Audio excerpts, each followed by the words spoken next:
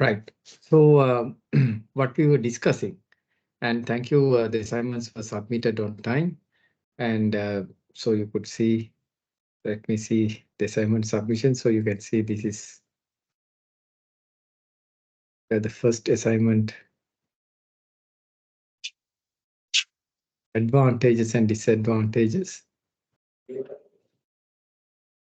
We can see 54 students have submitted. Thank you. So some students were late, but I gave you 12 hours. Right. But again, some people have taken more than 12 hours. Some people have submitted after 2 days. 17 hours.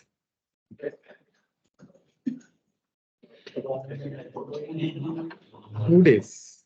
2 days. So for late submissions, there will be mark reductions indeed.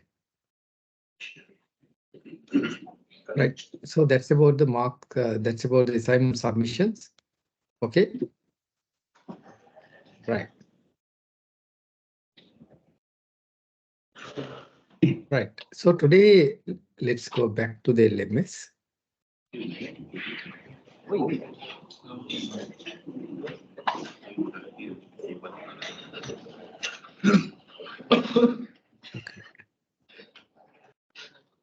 Okay, so okay, right. Now we discussed chapter number 1. Chapter number we discussed. So today we shall start with chapter number 2. Right. So you can see here chapter number 2. Please download it and open it. Already I have opened that, so please put the notice. Right. Because your earlier lecture just finished around 3, and that's why we started around 3:30. Right. And so under this chapter, so let me put this into the presentation mode. So these are the learning outcomes. Different management issues.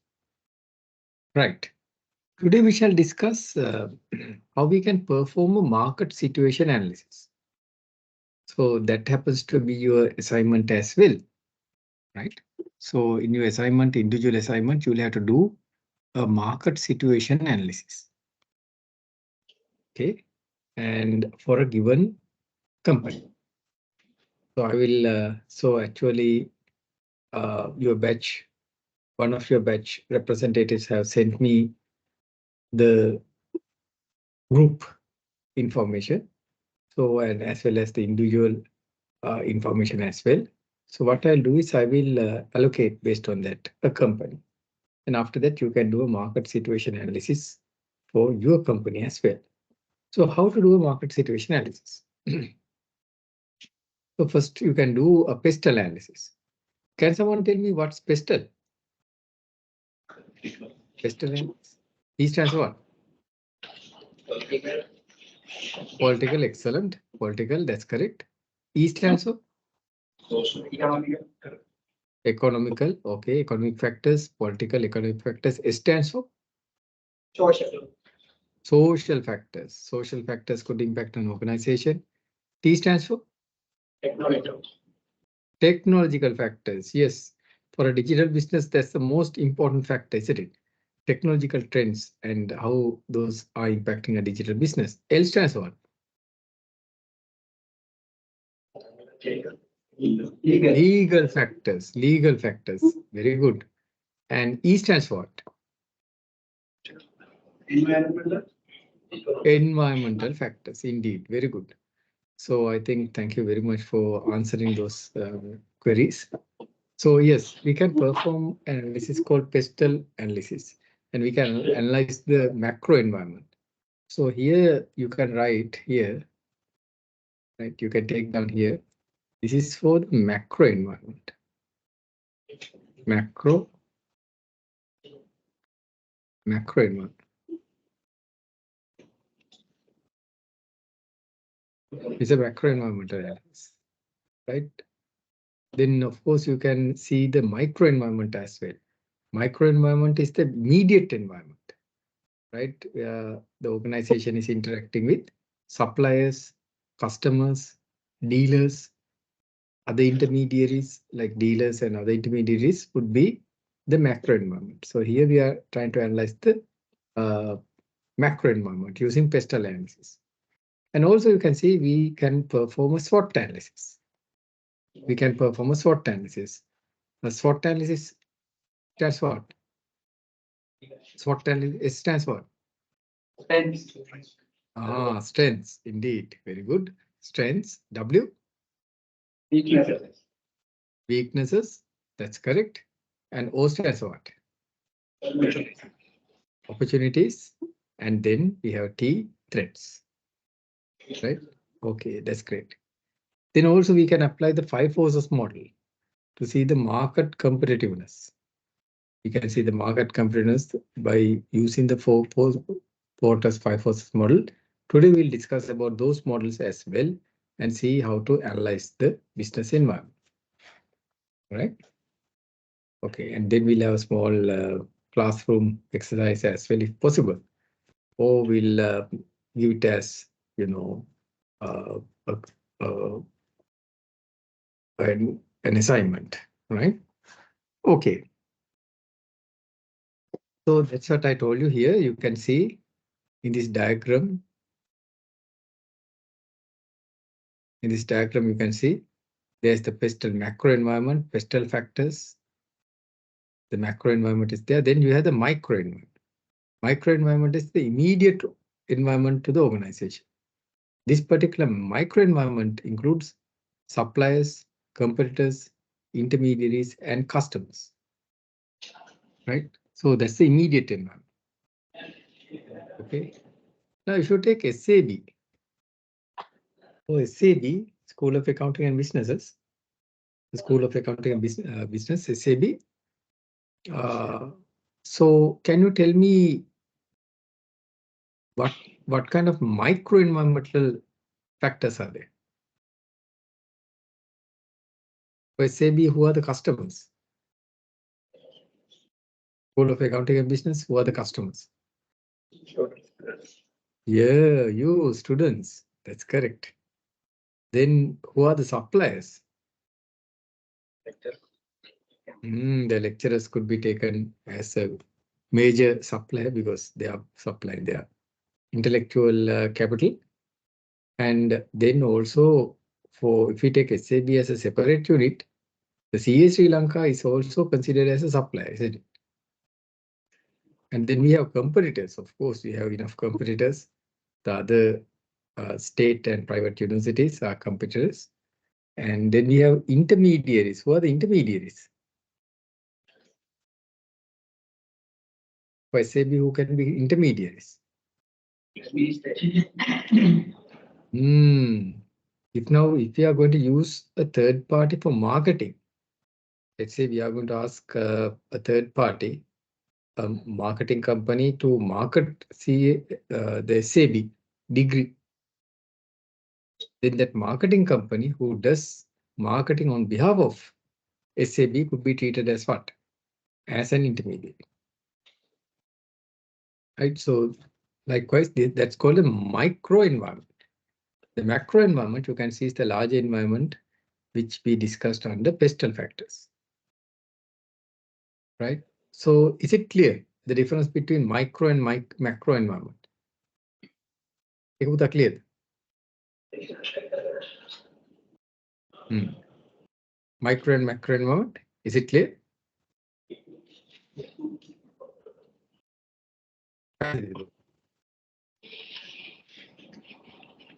So you have to give me feedback. Micro and macro environment, is it clear?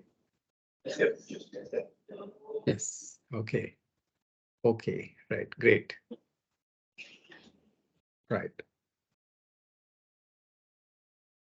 I'm trying to on my camera, but somehow my my image is not coming. My camera is on කරලා බලුවා මගේ image එක පෙන්නන්න. So I'm also joining from the university. Control Shift O. Control Shift O. Shift O again. Although image okay, but never mind. So I think now we try to understand the difference between micro environment and the macro environment, isn't it? Okay, great. Okay. Now let me little bit go through the assignment that we gave you and give you feedback. So let me, I'll mark it separately, but again, now I'm going to take few answers that were given. Advantages, and again, remember this is a potential question for the exam, right? So therefore, please be vigilant. Or some people are late 12 hours. Okay, as we saw earlier. Okay, let's take some people who submitted on time. Yeah, this Pawan is there. Now let's see what Pawan has written. Just taking few. So Pawani that date said, now we were discussing about digital business, advantages and disadvantages. So Pawani's answer is this, right? Advantages of a digital business. So yes, enables a business to create a more client-focused business, enhancing the client experience. Yes, in a digital business, you can increase that, help business to respond more quickly to customer needs because it's digitally done, can engage in experiments with new products and services. Yes, indeed. As digital technologies guarantee vast amount of data, they can be analyzed. So you can engage in customer data analytics as well as other data analytics, improves efficiency and operations, right? And reducing wastage and saving time. Of course, you don't need now, if it is a digital business, you can reduce a lot of cost. How can you reduce cost in a digital business? Now, do you need a large headquarters in Colombo 7 if you have a digital business?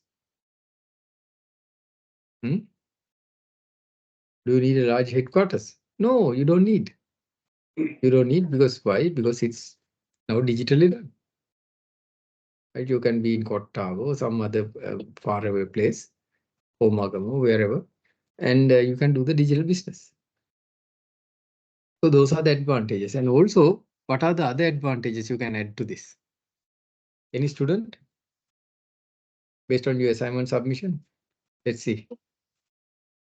Yes, Puta. Yes, you can tell me. What are the other advantages that you had written?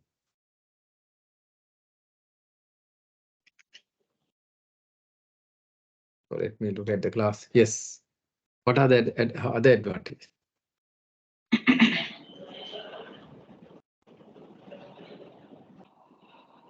The physical students who are taking part physically. What about the other advantages? Sorry. You can focus international customer. Indeed, you can expand to international customers. You don't need to restrict, so you can have a larger audience, right? You can have a larger audience and you can cater them. So your customer base will be very high, right? And you can reduce the cost of, operational cost. You don't need a headquarters. You don't need to pay a huge amount of rent, which was told by Pavani. What else? Digital business, what are the other advantages? Decision-making process can be streamlined. Yes, decision-making process can be streamlined as well. Very true. Yeah, you're absolutely correct. So we can see there are different advantages, right? We'll see another student submission. That's Pavani. Then we'll see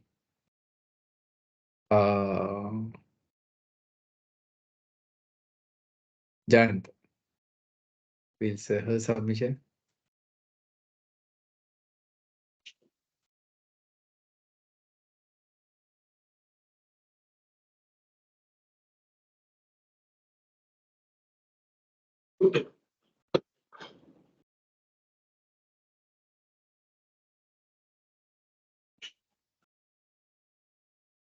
Advantages are given and disadvantages are given. She also has given advantage. Let's see.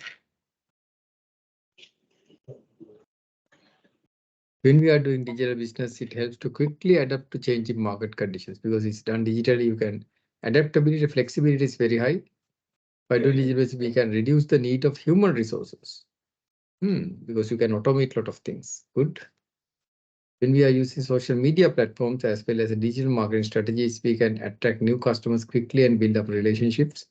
Yes, using particularly Facebook. Then when we are doing digital business, it will eliminate some expenses. Yeah, we talked about that, right? Rent expenses will be reduced. It will help to sell our products and services customers around the world. That was told when we are deciding to create a new business as a digital store, it can be done with the fewer initial investment. Yeah, you can start with a comparatively lower investment than having a physical shop because you don't need land, buildings, and other stuff. Right, so good. So I think these two students gave excellent answers. We'll take another student. Let's see whether that person has to give some more information. Ratnayaka is there.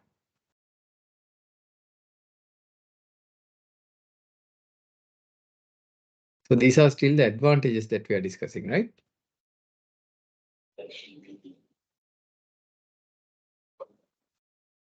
Improve customer engagement, increase productivity, reduce operational cost.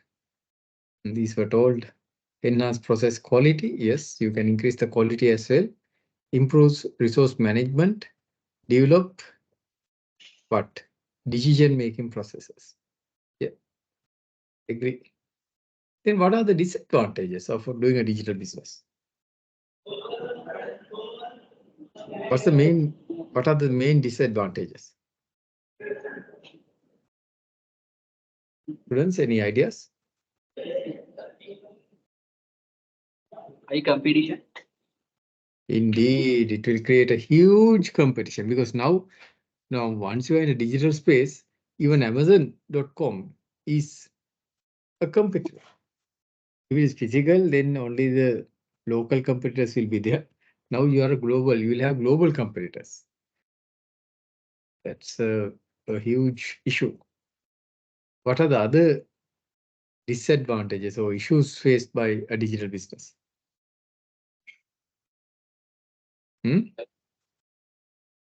Yes? Yeah. The customers' negative comments will impact to the product, future sales. Indeed, that's true. If customers provide negative comments, that's the end of the business. Now, I have seen in Daras, some businesses go away as soon as they come. A customer posts a negative comment and no one buys from them. So they might relist itself in another name. That's true. But these businesses are very much vulnerable to the customer comments. What else are some disadvantages or the issues? Pauna. Employee turnover will be high. Yes, actually, that's also correct. Yeah, because we have to lay off employees, right? Because we automate, people will lose jobs. People will lose jobs because now it will be a machine or some kind of computer process that will be doing that was done earlier by a human being, right? So those people now will lose their jobs. Yeah, we'll see some disadvantages of Pawni. Challenges are implemented through significant investment. Yes, at the beginning, to start a digital business, sometimes it might be a lower cost, but sometimes you might need to invest a great deal in cutting edge technologies as well as other aspects of a digital business. Then cybersecurity, that's a very, very important risk. So if someone has not written down, you can write this down as well. Another issue or a disadvantage is that a digital business faces what? Cybersecurity risks. Cybersecurity risks such as data breaches and cyber attacks, hacking, cracking attacks might be there. So that increases the cybersecurity risk. True, very true. Then Potential for job losses. Yes, that was told. Because now, because of digital business, a lot of things will be automated and you don't need large head offices and a lot of people. It can be done using computers and automation. So that will reduce the jobs.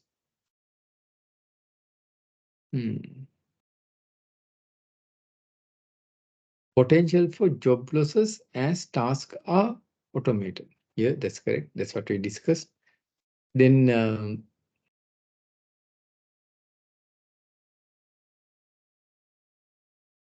okay, what's that? Resistance by the enterprise to change, which are limit to the benefit of digital transformation. High competition in the market. Yeah, as we told, now you have to compete with global competitors as well. So that's not easy. I think Pavani had come up with very good answers. Right, let's go again. See some other advantages by other students.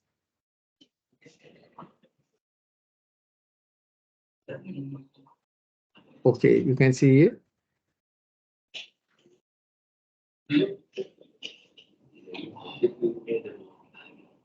These are the advantages, and now let's see what are the disadvantages written by the student. Yeah. Cybersecurity risks is listed as number 1. In technology issues might impact the sale and will damage the company's reputation. Now, if the servers are slow and if you are unable to deliver the item, it will ruin the reputation of your company. It may be required substantial amount of finance resources. Yes, at the beginning you might need them. It will require continuous updates because of technological change. Yeah, that's a huge headache, isn't it? Now you have to reprogram and change things because the particular technology has changed. Yeah. It will require continuous updates here. That's what we discussed. The negative social media viral can damage the company reputation as well as its effort to conduct customer trust. That's also a huge concern indeed.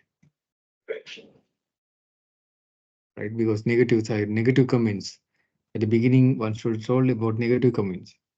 So negative comments may be intentionally done by competitors, will impact the company. So we have to be extremely careful that the companies are well off.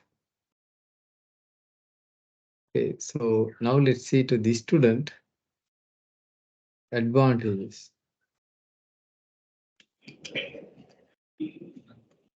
Now let's come to disadvantages. According to him, what are the disadvantages? Him or her, I don't know. What are the disadvantages? 1, complexity. Complex, these transactions can be done by a person who is not familiar with the process. So it might create a complexity. Then high cost. Yeah, agree. Yeah. Then risk of failure. Yeah, because it's a digital business, the risk of failure is high. Deception to employees. What do you mean by that? Is the student there who submitted this assignment?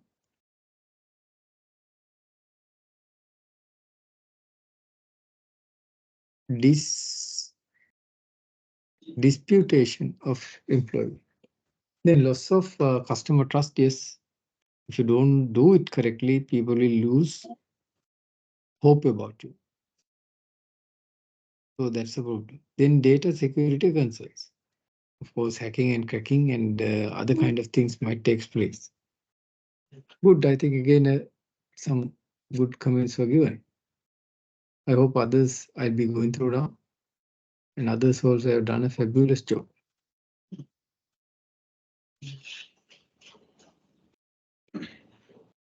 So these are some samples that I had taken. Anyone would like to add any disadvantages? More disadvantages? How do you know? Skill gap. Sorry? Skill gap of employees. Employees like Mogadhuda? Gap of skills of employees. Lack of skills. Indeed. Very good. Employees' lack of skills might directly, because now to do a digital business, you require specific skill sets, isn't it? So employees might not have that. And also on the other hand, I could also add customer. Customers also might have issues. They might also not be aware how to use a QR code, how to use the online banking apps and other things. They might not be aware. So that's a problem. And also another thing is that trust. People don't that much like to use online banking as well as online purchase, right? Because of trust issues. They might not trust the technology used. They might not trust that. So yes, very true. What else could you add? Customer return and refund process will take time. Yes, indeed. Refund and complaints might not be quite well. Now, if you go to the shop and if you make a complaint, then you might get immediate remedy. But if it is a digital business, no one might even answer your calls. So those are some issues, Putha, that could take place. What else?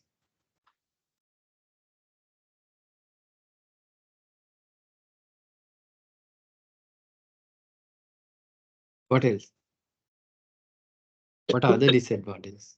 Physical participants, online participants?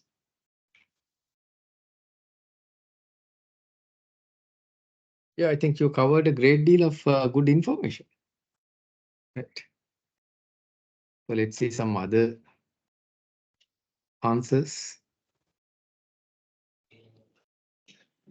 Let's see now this person has submitted after 2 days. 2 days and 2 hours. My God. Wonder what happened.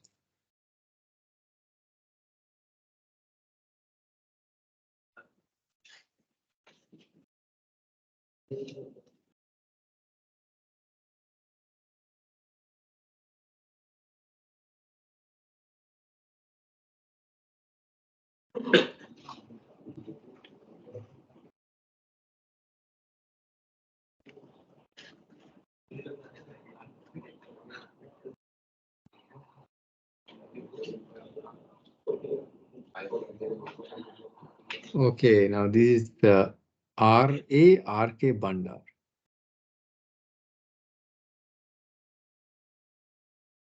Can you see my screen, Pudha? Here, these are some good advantages. Global reach. You can reach a lot of customers. Now, please take down these things because now this video is also recorded. And also, please take down these things because at the exam, you might be asked, what are the advantages and what are the disadvantages of doing business in digital form? Digital business advantages and disadvantages. Yes, cost efficiency, data-driven insights. You can get insights from data analytics, efficient marketing, improved customer engagement, interact in real time with clients via mobile.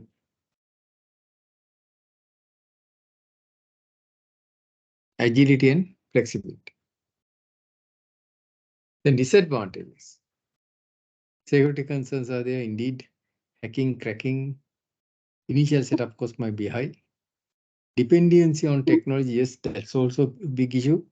Now, if there's no electricity, then you might not be able to operate your website. Then the digital divide. Here, what it says is not all have access to emails.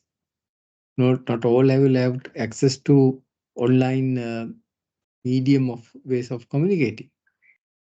So digital divide. Atinati paratari, right? This means the people who have and have nots. right? This particular, gap will be widened. Then intense competition. We discussed that. Loss of personal interaction. Regulatory challenge. Now, can someone tell me in Sri Lanka, what kind of regulatory challenges are there for digital businesses? What kind of regulatory challenges are there? මොන වගේ regulatory challenges පුතා තියෙන්නේ? Can my students tell me? What kind of challenges are there? Foreign currency payment restriction. Yeah, indeed. Very good. Foreign currency payment restrictions might be there. So the customers might not be able to pay, right? As well as our people might not be able to receive as well. And there's another issue. What's that issue? Now, is PayPal operating in Sri Lanka? PayPal, you know? Does it allow to use PayPal in Sri Lanka? No, they don't want to come to Sri Lanka. Right, so that's another issue. Right, so likewise, there are regulatory and other issues that might not be helpful, or that might even act as a barrier to digital business. So I think at the exam, please expect this question or these type of questions, so you'll be able to write a reasonable answer. Okay, clear? Right. Now let's go back.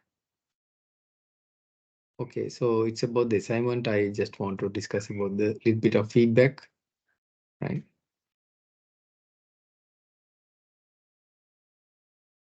So we understood that, yes, when it comes to micro and macro environment, there are, different elements. So customers, competitors, that comes under micro and macro environment. Customer competitors la පුතා කොහට දෙන්නේ? Micro environment එකද macro environment එකද? Micro and macro. Micro or macro? Micro. Yeah. Micro. I think I got the answer. Thank you very much for that. Yes, it's micro, isn't it? Micro environment. Okay, this is pestle analysis. Now I need you to take 1 or 2 minutes, right? And for SAB, can you tell me what are the threat of new entrants? Right? What do you mean by bargaining power of buyers? And what's the level that you think? Then threat of substitute products. For SAB, what are the substitutes? Then bargaining power of suppliers. And in the middle, rivalry among existing competitors. Now let's take your degree, SAB degree, and can you apply this to the 5 force model and tell me for these 5, what's that?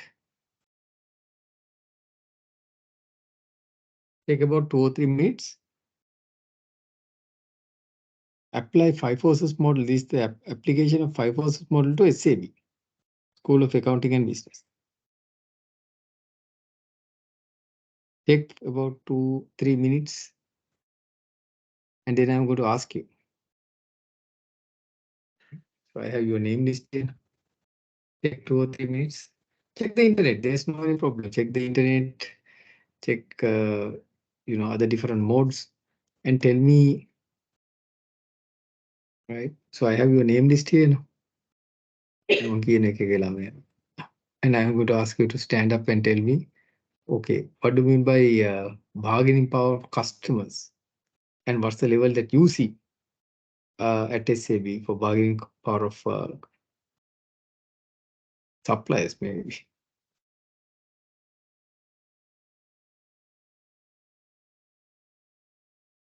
Take 2-3 minutes and tell me, Uda.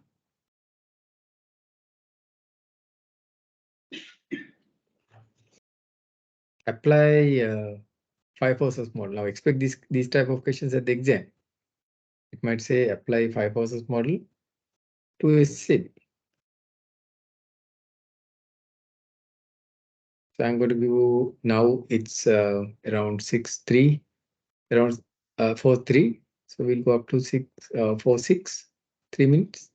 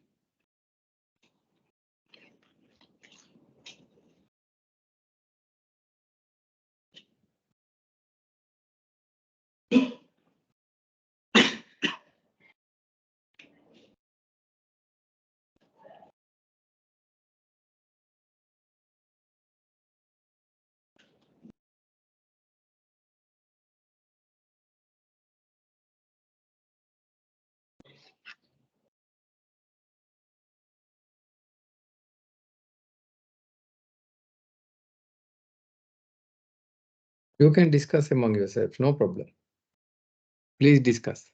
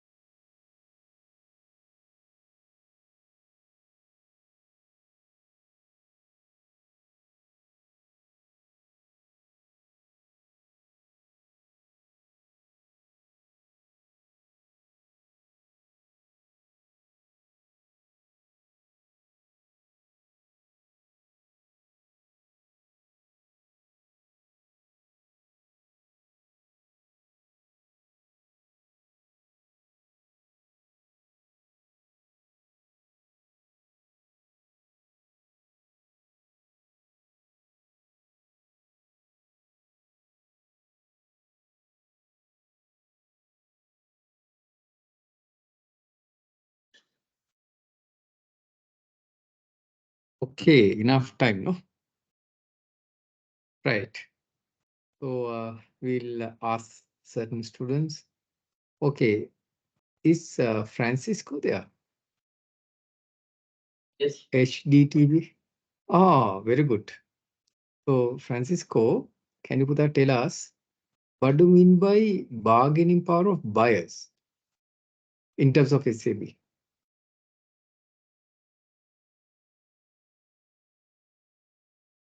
Francisco? Ah, very good. Actually, yes. The buyers in SAB's case are the students. Okay, what do you think? Now, when are your bargaining power higher or low or moderate? As students, what's your feeling? No. No bargaining power. No, I think you have a kind of a moderate bargaining power, right? You have moderate bargaining power, so you can make requests and you can make certain, request and you can get certain things done. Okay, thank you, Bhuta. Thank you very much. Then we have RH. AU, no? Is that person there?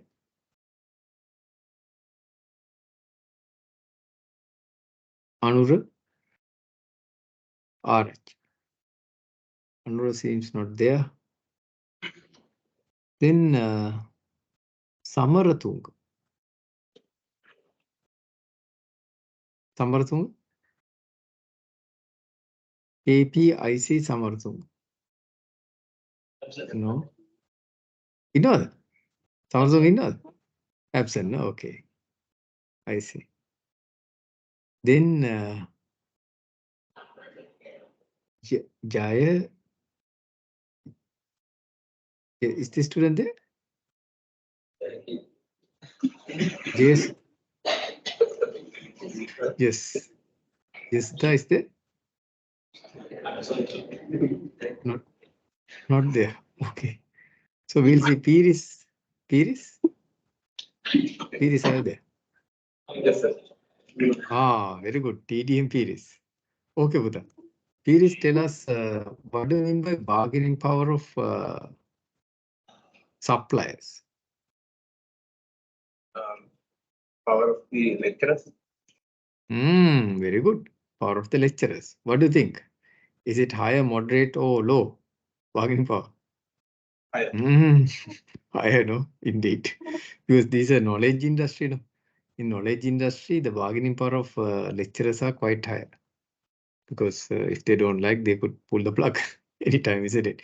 So therefore, yeah, bargaining power of suppliers might be higher, interpreted as that. Okay, good, very good, Piris. Then we have another student. We'll ask Madhushan. HD Madhushani, are you there? Madhushani? Wait. Madhushani, tell us bargaining power of what do you mean by, sorry, let's go to threat of new entrance. What do you mean by Madhushani, threat of new entrance? Coming from the What are the competitor, threat of new entrance? effects coming from the competitor, other competitors. Very good. Yes, that's correct.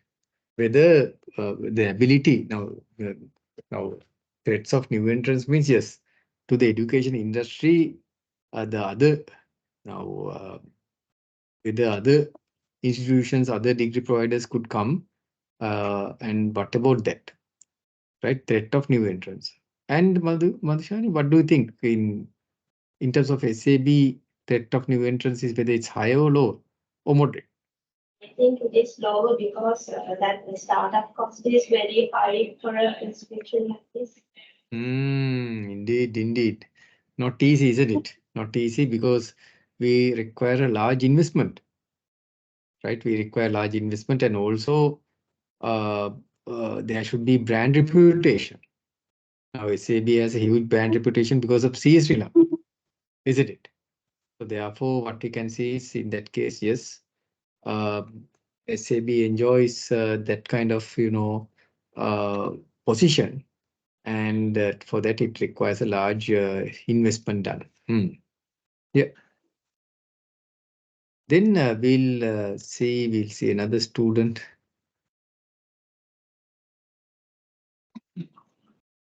WCD Pereira. Is that student there? Pereira in or? WCD Pereira? No? Seems not there. Then RAN Sandaruwa. Sandaruwani. Sandaruwani හිටියා නේද? Yes. We can see you. Yes, Sandaruwani. Sandaruwani, tell us threat of substitute products. What do you mean substitute products when it comes to SAB? Sorry? ඇහෙන්නේ නැහැ පුතා. ටිකක් voice එක වැඩි කරන්න. Online learning platform. Oh, yes. Substitutes means what?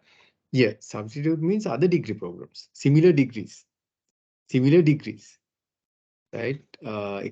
Similar accounting degrees, both offered by, private as well as state universities. Now, my question is this. Now, this question is to all of you. Now, what do you think? Threat of substitutes, is it higher for SAB or lower for SAB? What do you think? High, indeed. We have got a lot of substitutes, isn't it? So that's why we need to provide a unique product, which SAB is trying to give. And that's that we're successful to a certain extent. Right. Yes. Set of substitutes. That's correct. My question is this. Can we treat professional qualifications like chartered CIMA a substitute for this degree, or what do you think? Chartered කියන එක substitute එකක්ද මේ degree එකට නැත්නම් what do you think? Is it a substitute? Students? Yes. I think it's not a substitute because this is a degree, no? This is an academic degree. That's a professional qualification. An academic degree is different from a professional qualification. In a professional qualification, they teach how to do things. How to do things. In an academic degree, they tell also why do you do things? Why? Right? The logic behind things. So what I say is an academic degree and a professional qualification is complementary. It's complementary. It's not a substitute. It's complementary. That means it goes hand in hand. That's what I encourage you, right? Once you complete this degree, get exemptions and do, if possible, I don't know whether it's possible for you, or whether get exemptions or not, to try to complete chartered or CIMA or some other professional qualification. So having both academic and professional qualifications would be nice, because those are not substitutes. For me, those are complements. Complementary goods. Good. Then the fifth category is rivalry among existing competitors. What do you think? Let's ask another student. We have Ratnayaka, no? It's HMSPS Ratnayaka. Ratnayaka are there? Yes, Ratnayaka is there. Thank you, Uta. Yes, he's raising his hands. Thank you. I can see you. Ratnayaka, what do you think? The middle one. Rivalry among existing competitors. Is it high? Or what do you mean by it? Are there any rivalry? Rivalry at the end. Who are the rivals of SAB? Is Chartered Institute a rival? No, I told you it's a complement. It's not a rival. So are we having rivals? Of course, yes. State universities are could be considered rivals, and also there are private degree programs, isn't it? Right? I don't want to name that, but you know them. So those could be treated as rivals. Rivals, isn't it? Rivals are there. So it's quite high, I would say. Right? But again, because we are providing a unique accounting degree program, we could survive. Good. Okay, we had a nice discussion, Buddha. Thank you very much. So At the exam, you can expect a question like this. At the exam, there might be a question, okay, apply 5 forces model, right, to SAB. So why not you take down that? Apply 5 forces model. So please take down. These are possible examination question. You don't need to answer that. The possible examination question might be apply Porter's 5 forces model. Apply Porter's 5 forces model to SAB. To SAB. Right? It might be a possible examination question, Buddha. So be ready now. Today, you gave very good answers. I would really appreciate that. All the students provided good answers. Thank you. Right. Any questions, Buddha? Is it clear? Virtual and online participants and physical participants, is it clear, Daru? Okay. Right. Any questions? No questions. All understood, sir. Okay. Okay. Right. Now let's go, Buddha, to the next part of discussion. That's where we are going to discuss about a very important process called disintimidation and reintimidation and countermidation. Right. So you can see here on the top, it says disintimidation. So why not you take down? Put a small topic, disintimidation. Disintimidation. Disintimidation. This one. Disintimidation. Disintimidation. Then afterwards, I'll be discussing about reintimidation as well as countermidation. Right? Okay. Let's now discuss what do you mean by disintimidation. Let's discuss what do you mean by disintimidation. Okay, Buddha? Disintimidation. Let's try to discuss. Now here it says disintimidation means, now to understand it, let's see A in this diagram. This is the traditional thing what happens. The producer, the manufacturer produces that, then gives the items to wholesaler, then it comes to the retailer, and finally to the consumer. Right? Now say, let's say for an example, eggs produced by the farmers. Then there could be a wholesaler who collects those eggs and then gives to retailers, small shops, and consumers buy eggs from the small shops. So this is the traditional way of selling.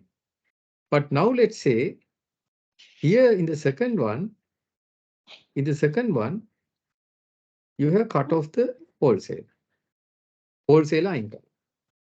Now the producer directly sells to the retailer and to the consumer. Right?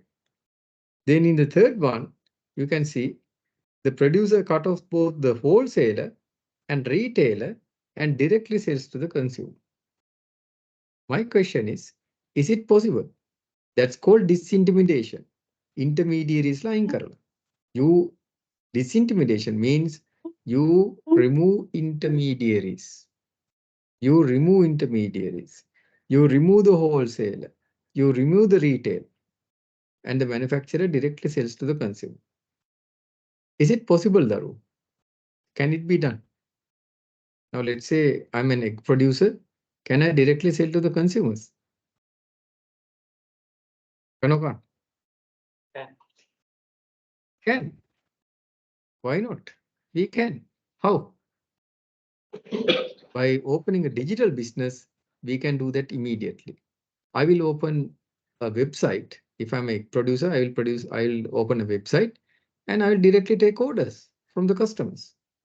And using a delivery service, I will supply that to the customers. Maybe in the Colombo area, I can easily do that. Isn't it?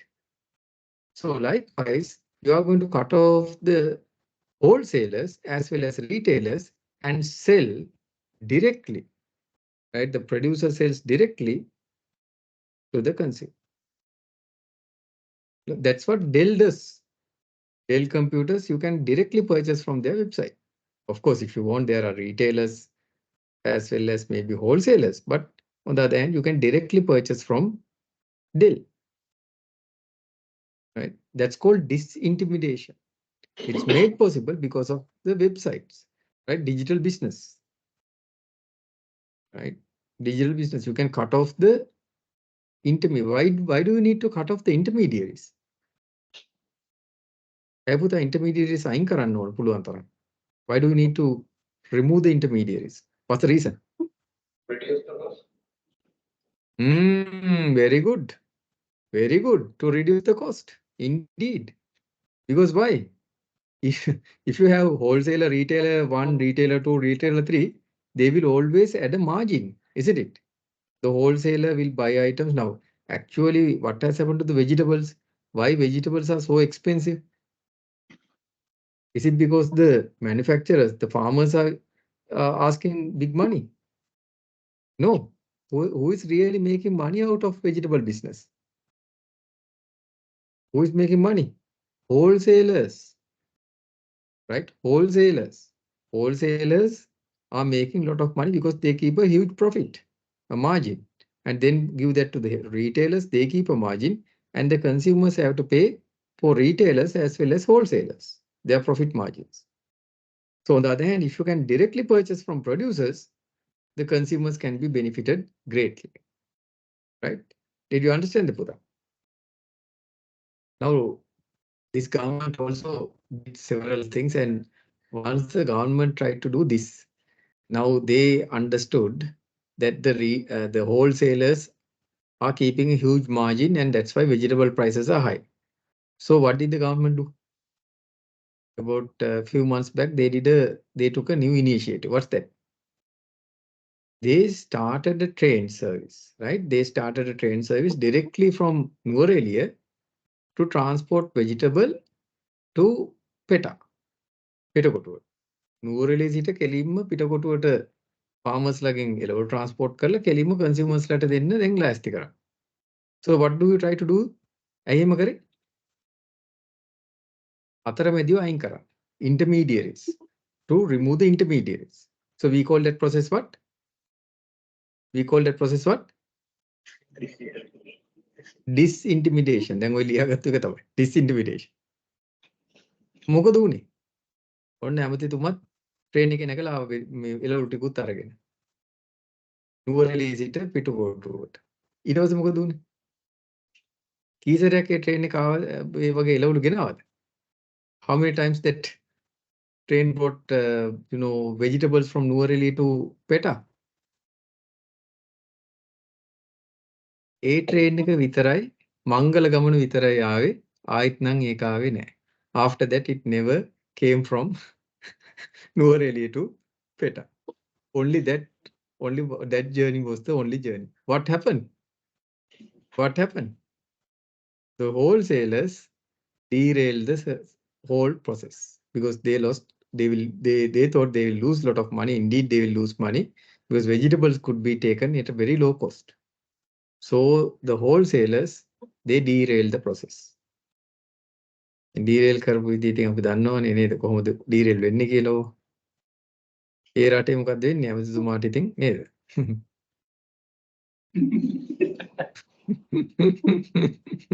ඒ රටේ ලංකාවේ නම් එහෙම වෙන්නේ නැහැ. මම මේ නුවරඑළිය කිව්වේ වැරදිලා.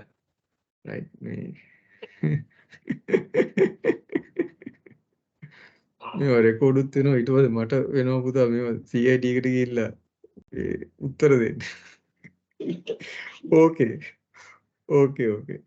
Right. So that's called disintermediation. That's called disintermediation. Right? Is it clear? Disintermediation කියන එකට පැහැදිලි පුතා? Intermediary අයින් කරන එක තමයි. You removing intermediaries is known as disintermediation. Now in digital business, it's easily could be done because the producer can directly sell items from the producer to the consumer. Right, Puda? Is it clear? That's called disintermediation. Website එකෙන් ඔක්කොම විකුණන්න පුළුවන්. ආයෙත් intermediaries ලා ඕනේ නැහැ. Wholesalers ලා retailers ලා ඕනේ නැහැ. Delivery service එකක් විතරයි ඕනේ. You need a delivery service to deliver the items. Maybe you can use DHL, Or maybe you can use Sri Lanka post. Very efficiently you can get it delivered, no? Sri Lanka post, right? So, but however, maybe maybe pick me flash use karan pulang or Uber something can be used to deliver items, right? So that's more cost effective sometimes, right? So that's called disintimidation. Now let's see what do you mean by re-intimidation, right? Now you can see. Now I want you to check using the internet. What do you mean by re-intimidation? බලන්න මේ re-intimidation කියන්නේ මොකක්ද? දැන් ඔන්න මාතෘකාව ලියාගන්න. Please write down re-intimidation. Re-intimidation. Now we discussed about disintimidation, right? The producer, the manufacturer sells directly items from his or her website. And now let's see what's re-intimidation. Just check that re-intimidation. What do you mean by re-intimidation in the internet? And tell me what do you mean by that? I'm going to give you about 2 or 3 minutes. බලන්න re-intimidation කියන්නේ මොකක්ද? Can you check what's re-intimidation?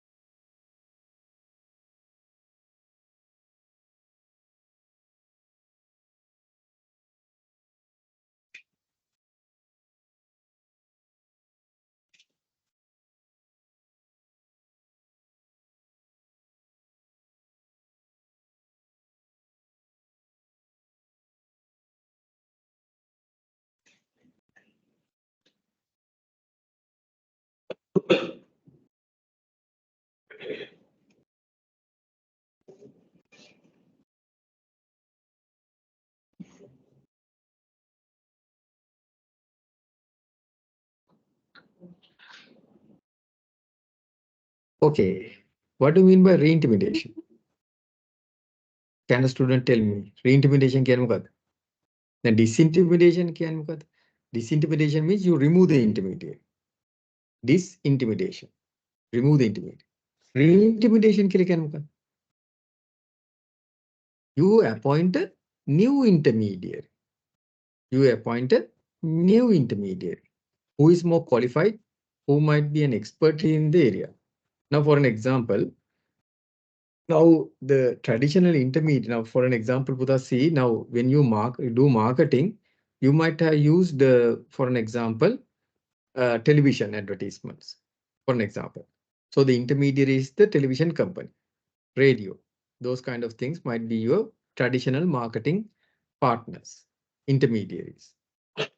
But now under re-intimidation for a digital business, television advertisement and radio advertisements, is it going to work? Who would be your new advertising partner? Can you suggest a name? Facebook, right? There are Facebook advertisers, digital advertisers. There are digital advertisers through Facebook. They will and social media. They'll be advertising. So can you see now? Rather than traditional marketing companies, you remove them. That's called disintermediation. Now you use what? New digital marketing companies. Digital marketing companies. So please take down, right? You can take down. Instead, you can take down, please. Instead of using traditional marketing companies,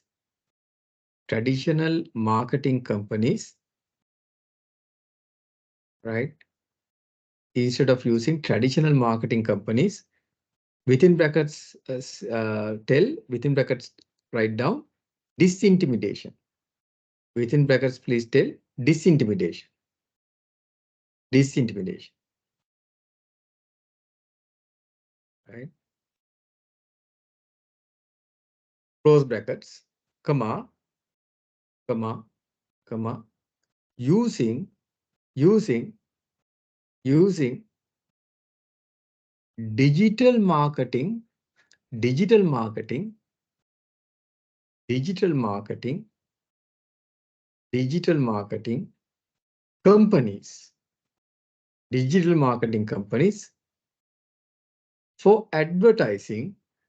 digital marketing companies, for advertising, would be treated as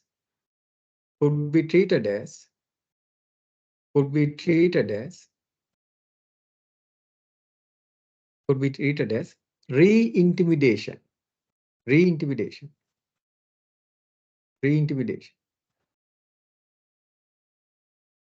Right? Re-intimidation. So yeah, this is the term re-intimidation. You can see in the screen, re-intimidation. So rather than using traditional marketers, now you are using Facebook and social media marketers. So those are called digital marketing companies, right? So that's called re-intimidation. You are using more better intermediaries rather than using traditional intermediaries. So is disintimidation and re-intimidation clear? Disintimidation and re-intimidation, right? Clear, no? Okay. Now let's see the third intimidation. That's called countermediation. Please write down. Right, you can see here. Countermediation. Countermediation.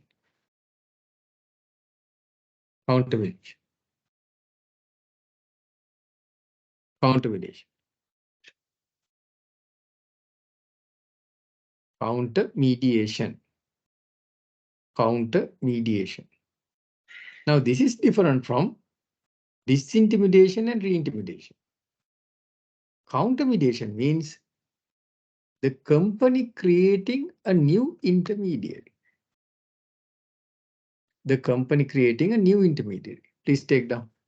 The company creating a new intermediary as a subsidiary. The company creating a new intermediary as a subsidiary. Right?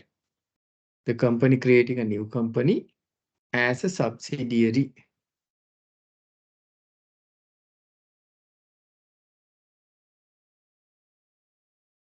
Right? This is called countermediation. Countermediation.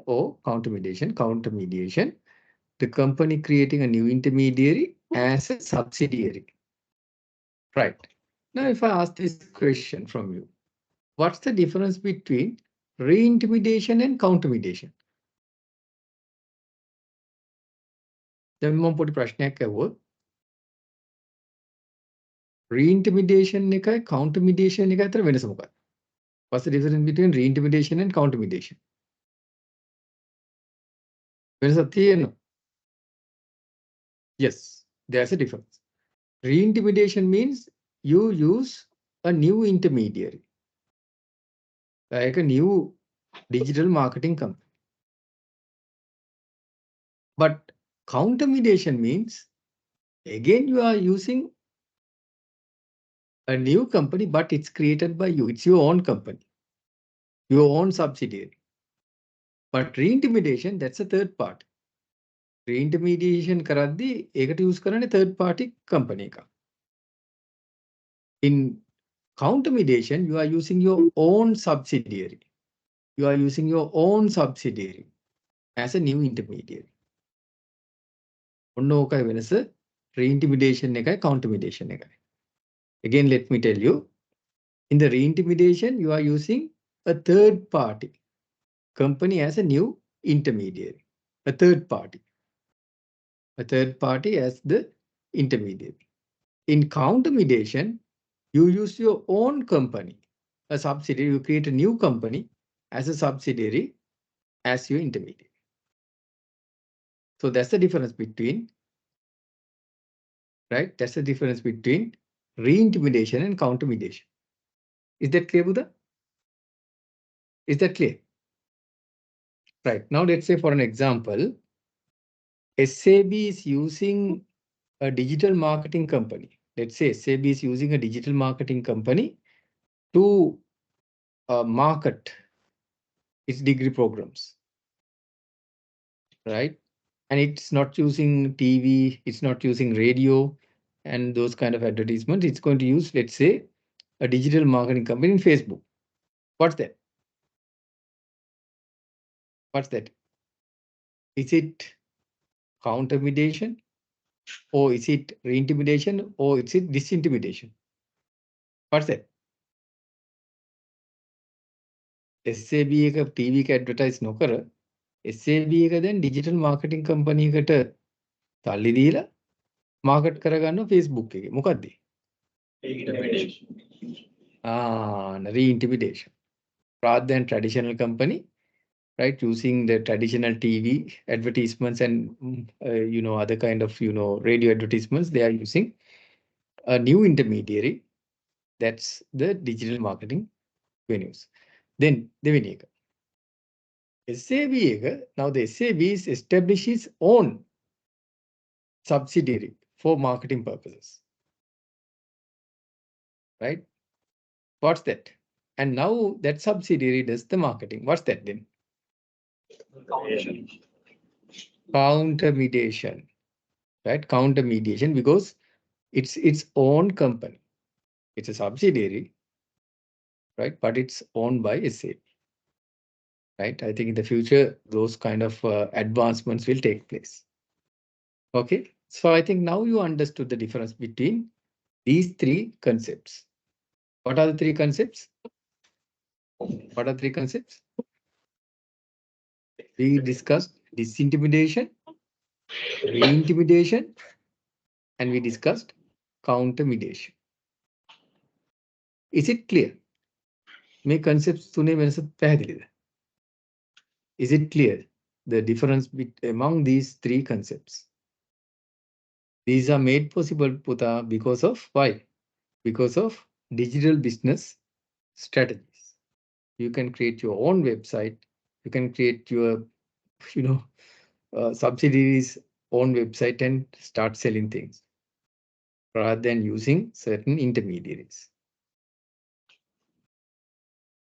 Clear? Is it clear? Yes. Okay, Buddha. Right. Very good. Okay.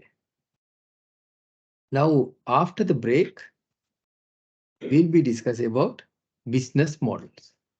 And today I'll give a small assignment, take home assignment. I'll give you 12 hours, don't worry, to apply the business canvas model. So this is called business model canvas, BMC. Business model canvas, right? After the break, I will discuss this business model canvas, right? Okay, shall we take a small break and meet at 5:10? Right? 5:10, and we'll go from there. Okay, 5:10 we'll meet, Puta, right? Be here by 5:10. and we'll discuss about the business model canvas, and I'll explain what's this. And then the assignment would be today to apply business canvas model to a given business. I'll tell what you have to do, and then within 12 hours, you can submit your assignment. Okay. Okay. Thank you. Thank you. Please have a break and come back.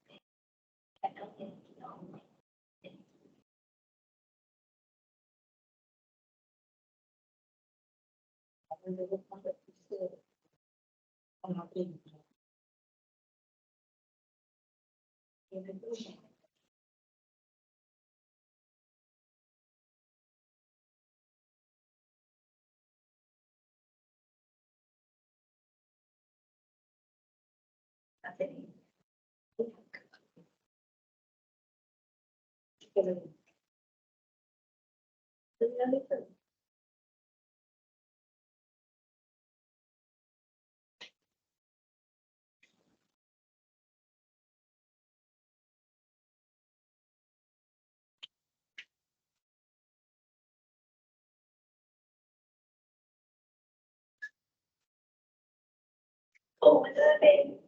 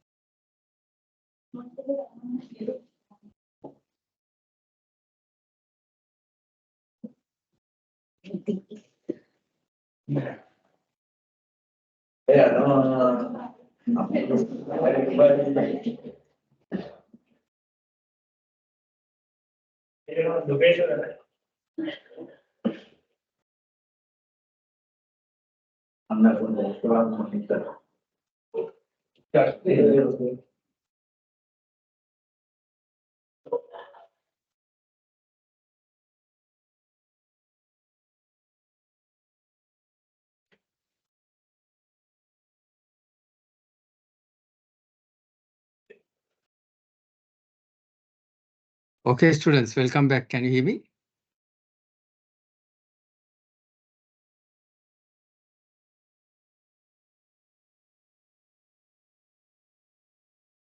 Students, can you hear me, Buddha? Yes. Yes, sir. Okay, thank you. Okay, few students have to come, no? Okay. I can see some students have come as usual, and some students are yet to come. දකුණු පැත්තේ කට්ටිය ඉන්නවා වම් පැත්තේ කට්ටිය තමයි නැත්තේ නේද? පොඩ බලමු එන. අන්න එනවා. They are also coming.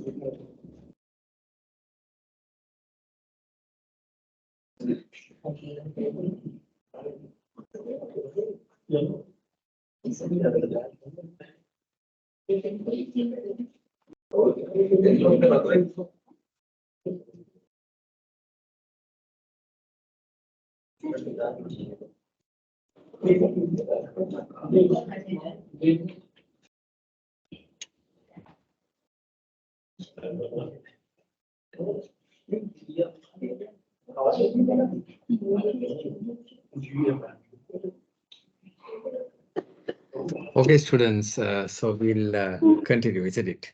Right. Now, let me share the screen again. And okay. So I think you can see my screen, which says figure 2.15 business model canvas. Can you see the screen, Buddha? Yes, sir. Okay, Buddha, thank you very much.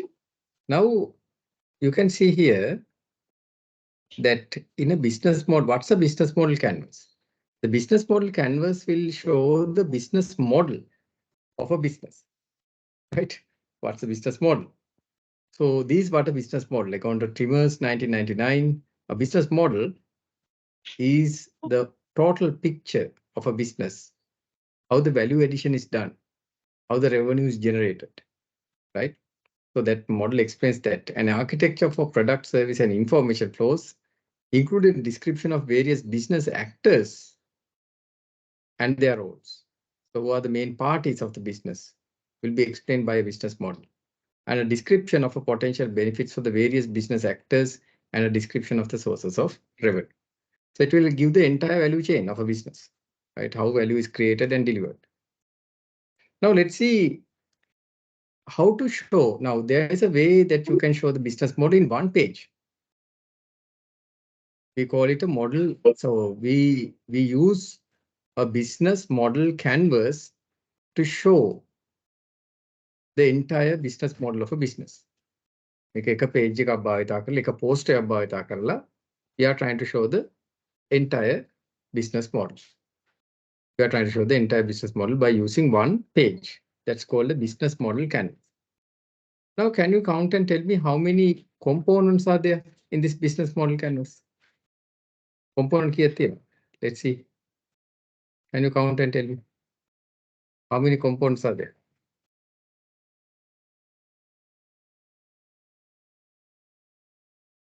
How many components are there?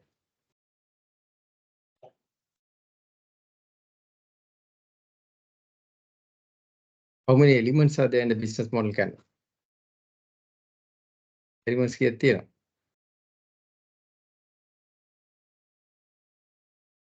9. Very good. There are 9 elements. Absolutely correct. There are 9 elements. So I would say the business model canvas, which is one-page document that you will show, we'll try to show the entire business model. So out of this, although there are 9, there's one element that is really important. Now you see, let's see what are the 9 elements, right? I would like to say out of these 9 elements, the most important element is value proposition. What's the value proposition? Right? What makes you different from others? What's the value that you give to your customers? So that's called value proposition. Right? You have to very clearly indicate what's your value proposition. Now, when it comes to SAB, School of Accounting and Business, what's the value proposition? Let's ask that later. Let's ask you to apply that to SAB. So value proposition. Now let's say for Uber, what's the value proposition? For Uber, what's the value proposition? What's the value they give? Without having a single vehicle, they are providing all of us the transport facility with an app.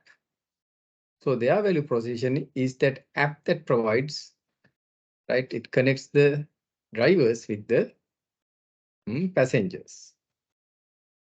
And so vast network or platform is provided by that. So that's the value proposition.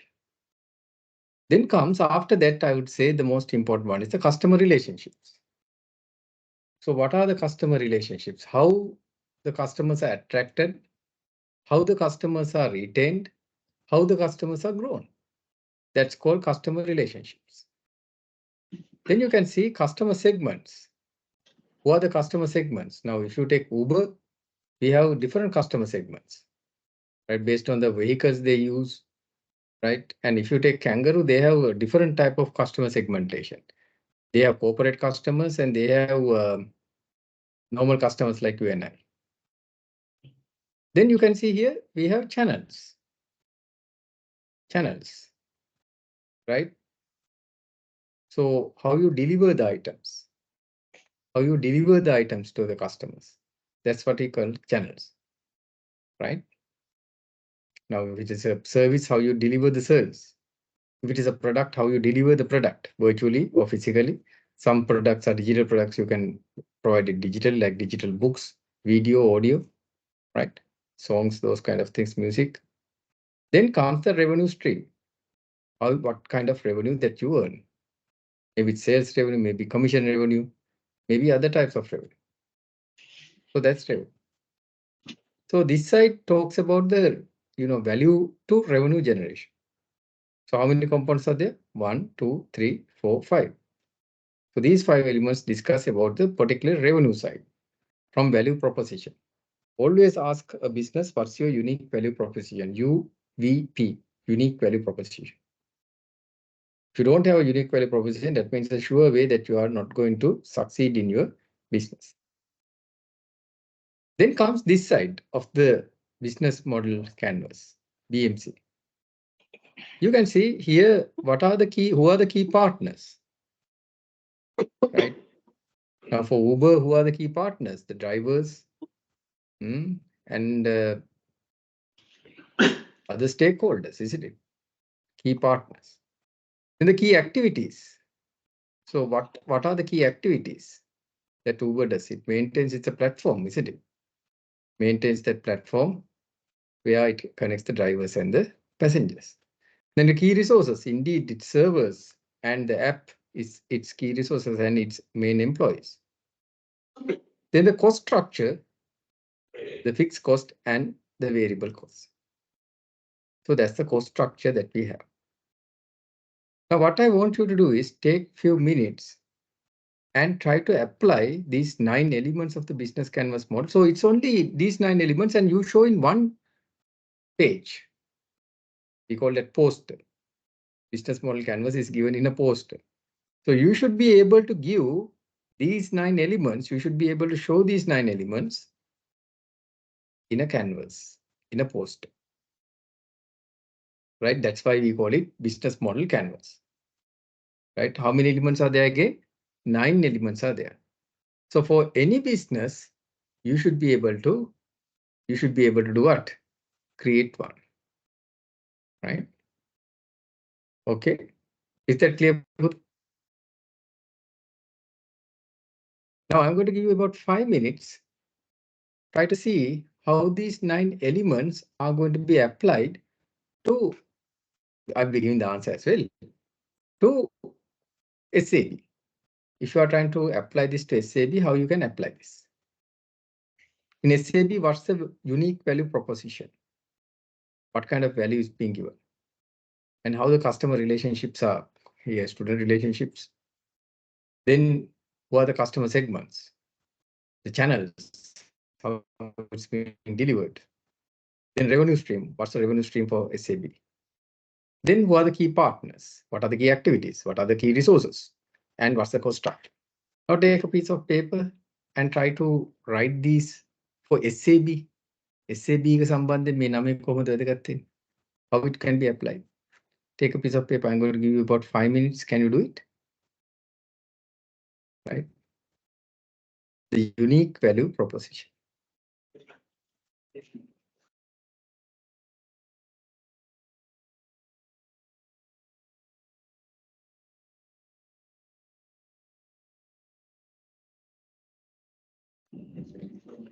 Write down. You can write down. Number 1, value proposition. Number 2, customer relationships. Number 3, customer segments. Number 4, channels. Number 5, revenue stream. Number 6, key partners. Number 7, key activities. Number 8, key resources. And number 9, cost structure. I'll give you the answer, don't worry. Just try to apply the BMC to SAB.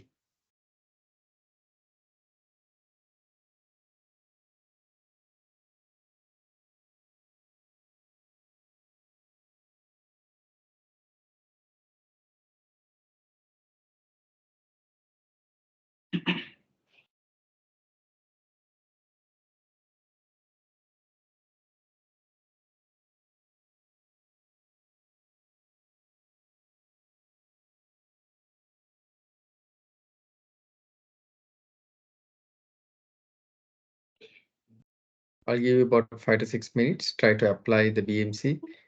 And then afterwards, I'll be telling you what's the today's assignment, which we'll be discussing next week, right?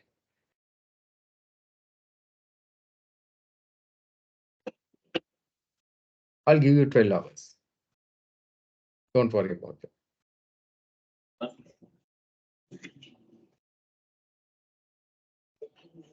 So this is classwork. That means just basically to make you understand, and then the assignment I'll be giving you 12 hours. Don't worry.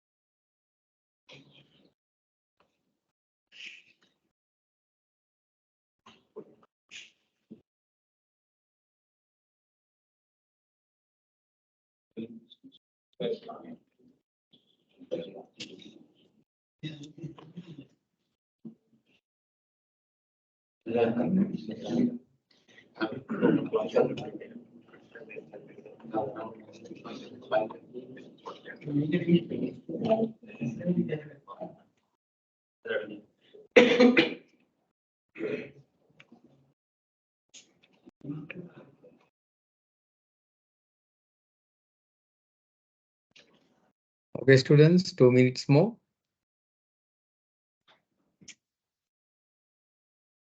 I'll give you 2 minutes and then I'll ask the persons to again respond. Okay, shall we start? Right. Now tell us, for SAV, what's the unique value proposition? What can other degree programs give in Sri Lanka? SAB can only give this. What's that?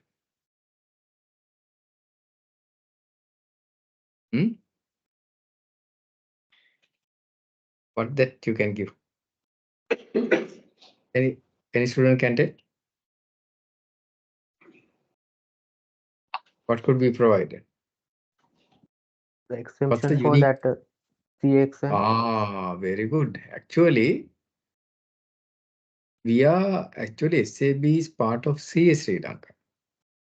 CA Sri Lanka is the national premier accounting body in Sri Lanka. Only CA Sri Lanka can come up with accounting, can sanction the accounting standards, the council, right? And that's the power the CA Sri Lanka has. And SAB is a degree program provided by CA Sri Lanka.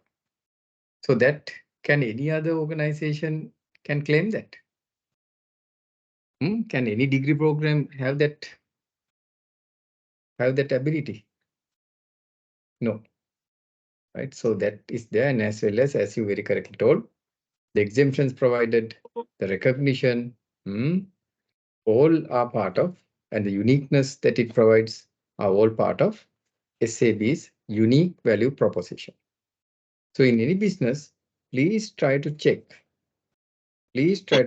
what's that unique value proposition, right? Please try to check that what's that unique value proposition. Okay. Then customer relationships. Now that means the student relationships, how you gain customers, how you gain students, how you retain students, how you grow students. Now, how is that done in CA Sri Lanka? They say. How is that done? You gain customers to traditional and digital marketing. You gain students out of that, and as well as the exemption students are taken, as well as there is a student intake from the MOH, we call it, the Ministry of Higher Education, where the loan scheme is there. So likewise, you get students in that way, and then you retain them, you provide a unique service, you provide a unique degree, and then you also grow, right, by giving a unique value. So that's the customer relationships. Then customer segments, student segments. Who are the student segments that you can find? You can find undergraduate students, first degree students, then postgraduate. Still, yes, of course, we have now launched the MBA, right? Those are postgraduate. So students could be broken into first degree students like you, and the undergraduate students, that's you, and then postgraduate students. And we can have, if you are going to have short courses, we can have those kind of short course students as well. And maybe the future PhD as well, a postgraduate. We can have different students types. Then channels, how it's offered, how this degree is offered. We offer physically, isn't it?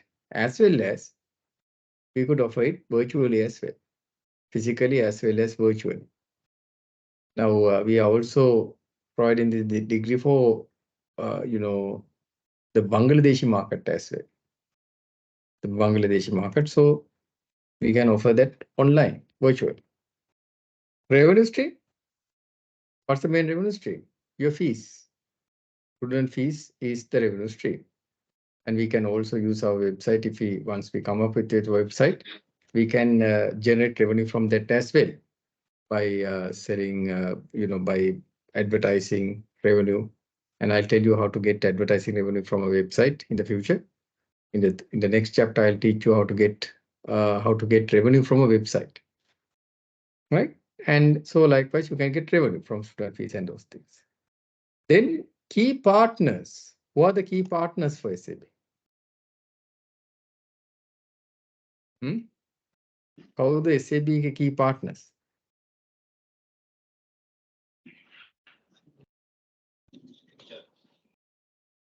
Visiting lecturers.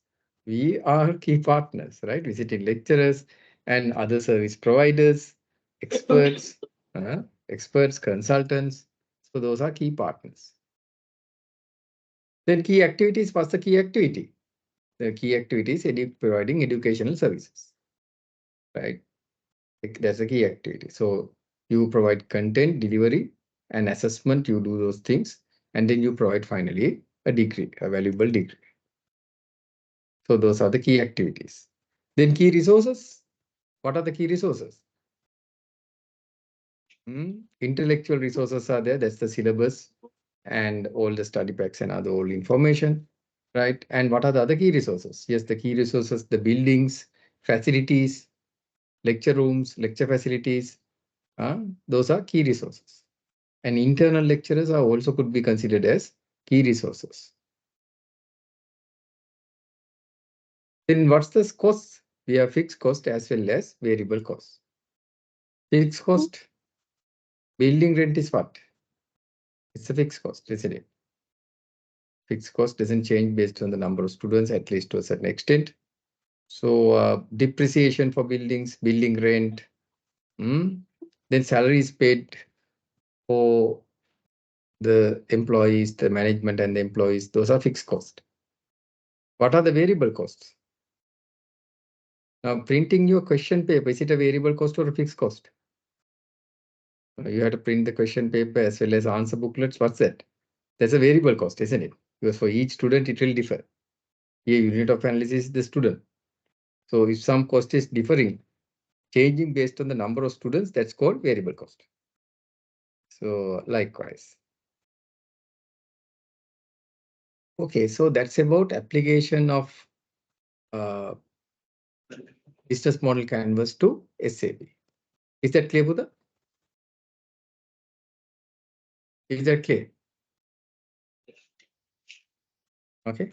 So now what I'll do is, now let me give you the assignment. I'll give you time, but for that I need you, Pavani, Miss Pavani has sent me your list. So let me take that list of students. So she sent me, and thank you very much, Putha. You sent me the list of students. So I'm going to now allocate the companies to you. Now to do your individual assignment as well as your group assignment, you need to know what are your companies. So let me allocate that to you.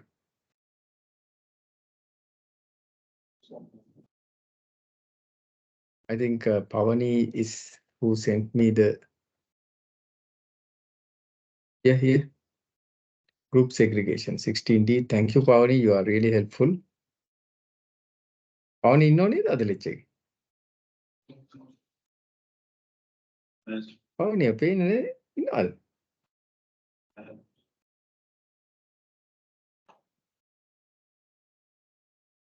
What we are happy no tadu there.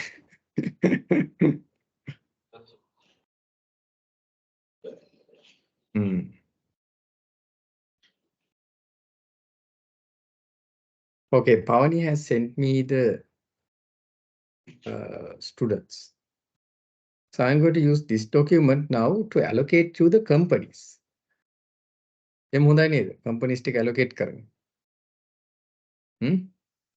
So I have the listed companies. So let me take the listed companies. My company, not my company, my Actually, you know what has happened to my computer? My computer broke down. I'm using an extra computer, but you will see all my details are backed up.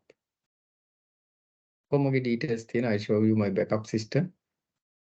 So I'm using the iDrive. I pay for that about small amount per year. And everything is backed up, so I can access,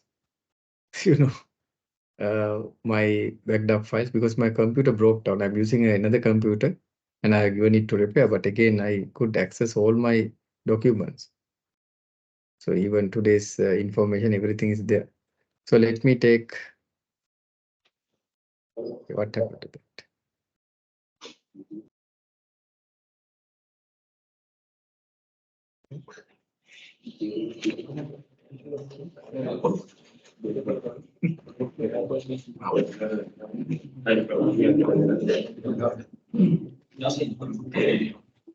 Backup එකේ site එක වැඩ කරන්නේ. That's the problem. Okay, then let's use another way. So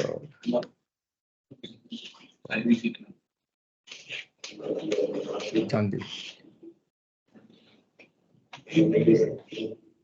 So now I'm going to allocate you the company. So the PLC list I have here, which is taken from the Colombo Stock Exchange.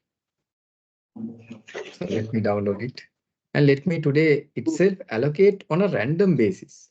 So you'll see how I'm going to allocate you a company for your analysis based on a random basis. So these are the companies with symbols. So how many companies are there in the Colombo Stock Exchange, Pudha? You have almost 300 companies. So now let me take this and let me see how I could allocate you. So you'll see by yourself, right? How am I going to allocate the companies? So this is the entire population and I'm going to take one by one on a random basis to you. So you'll see, I'm not favoring anyone, right? I'm not favoring anyone. I'll be taking on random basis. Now I'm going to display that to you. Randomly allocate. Now you have how many students? You have about 61 students, right? You have 61 students and I'm going to randomly allocate you. So how can you randomly allocate? You use this formula called RAND between.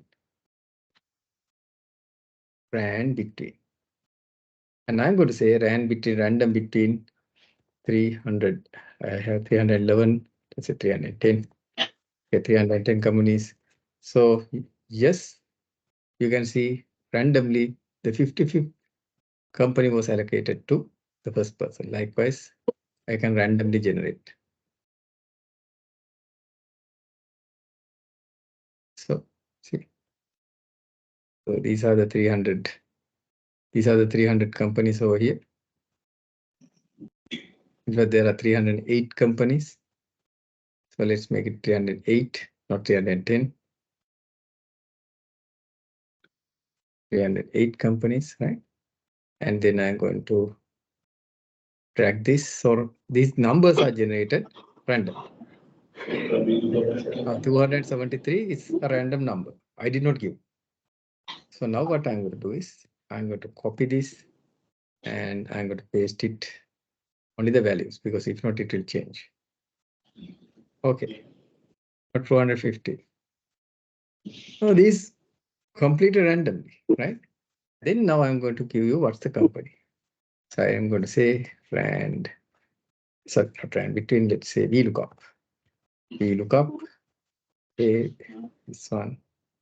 Then I'll say, okay, F4. I have to make it constant, if not, it's going to change. So the constant was constant करने का, with it. J4.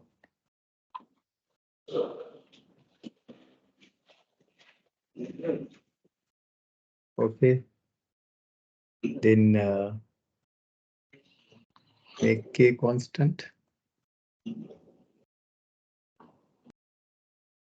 And 311 constant. My F4 didn't work, that's why I'm giving this. Then I'll say, okay, give the second one and false. Okay. So yes, Pan-Asian power is given for push picker. You can see that. Okay. So let me tell others also the companies, but I have to see a small thing that there are no duplicates. Duplicates තියෙනවා. Let me check whether there are duplicates, then I'll remove them. Duplicate. තියෙනවා duplicates තියෙනවා. This 308, I'll say 309. Oh no, 307. Let's say that there are no duplicates. 80, let's say 79. Okay. And Lanka development, let's say 170, 169. Okay. So duplicates removed so far. Then 174. Then 192. Then let's say 229. Okay, so these are your allocated companies, right? These are listed companies, and I'll say allocated company. You can see it's completely randomized. I did not favor anyone. Allocated company. Right. Now what you need to do is, now I'll put this list to the LMS. And what you need to do is, you have to go to the Colombo Stock Exchange, download the annual report, and see, and you have to develop a business canvas model. Right. Let's say number, a business canvas model for these, for each of the allocated company for you. Right. So that's the assignment, and I'm going to give you not 12 hours. I'll give you enough time. Right. You have to read that. No, you have to read the annual report. So I'll give you 1 or 2 days. Right. Okay. So this is the company. So now let me now upload this. Now you need to know that. No? So let me upload this to the LMS. So පොඩි doubt එකක් sir. අනිවාර්යෙන් පුතා කියන්න. sir පංගොක්කලට මේකේ තියෙනවා මේ dormant companies ඒ කියන්නේ. මම දැන් 311ම active නෑ මං හිතන්නේ. අන්න හරි. මට ඒතර කියන්න dormant එක මොකක්ද කියලා. ඒතකොට මම පුතා එකක් allocate කරන්න. Don't worry. හරි sir. That's good. Thank you පුතා. That's really appreciated. එහෙම dormant එකක් තියෙනවා පුතා.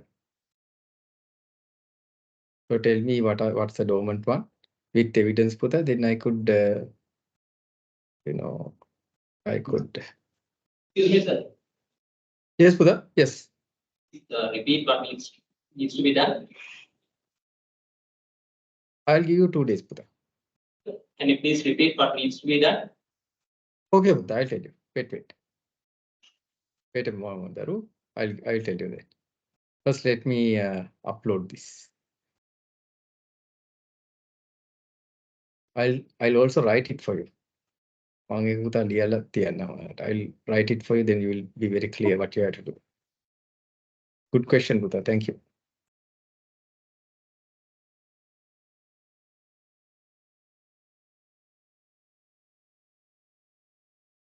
Okay. So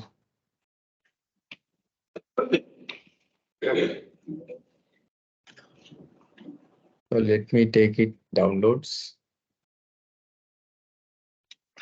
Group segregation.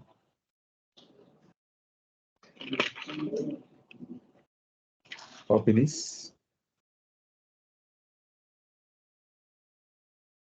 Desktop.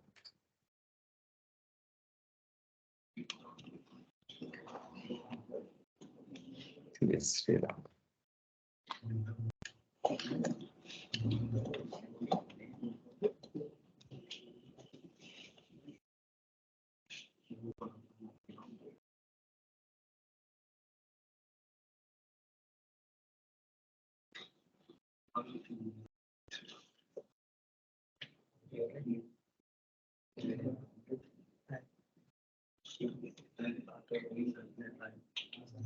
Okay, your batch is 16D, no? 16D EXP. Okay. Let me create folder for you.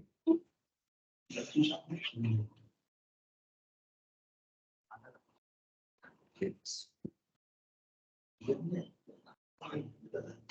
is this okay? So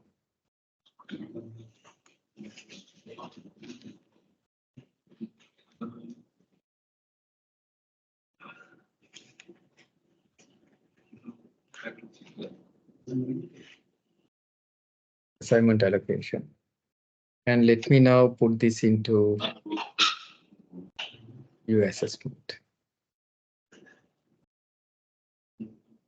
Then you will be able to get it. Right now you ask the question, so what we need to do? I'll exactly tell Putha what you need to do now. So I'm going to put the assignment. Let's call it assignment number 2.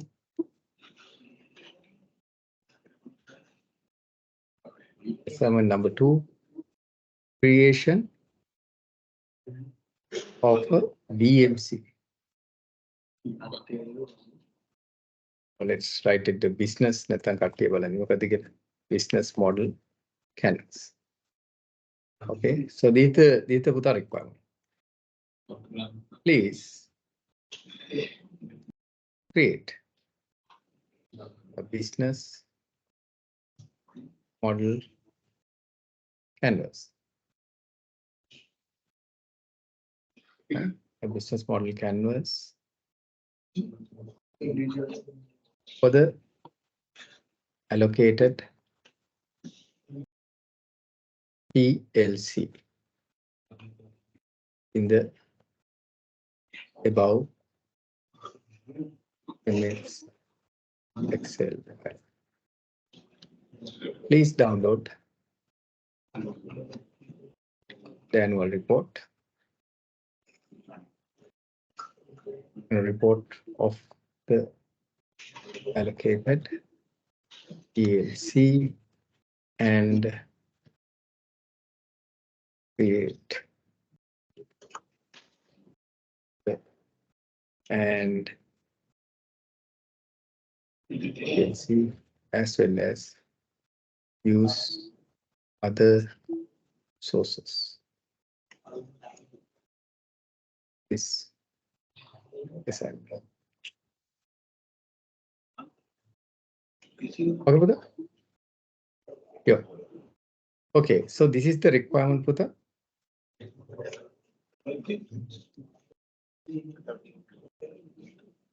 Okay, is that clear? So you have to create a business model canvas for the allocated company, which is in that Excel file. Right, and I'm going to give you, maybe I'll give you some time, isn't it? Last year caution is sure, no? Okay, so let me make it, now today is 6, right? So I'll give you a 1 week time for that. Right, don't worry, not 2 days. I'm going to give you 1 week.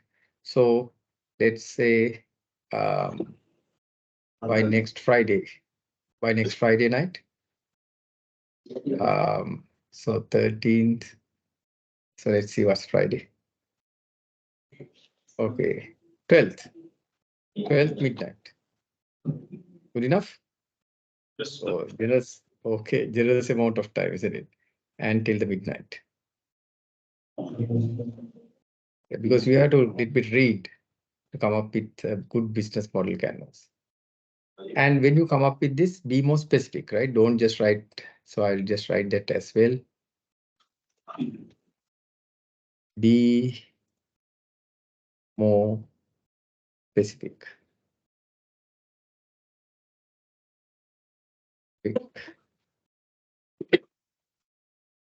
For the 9 elements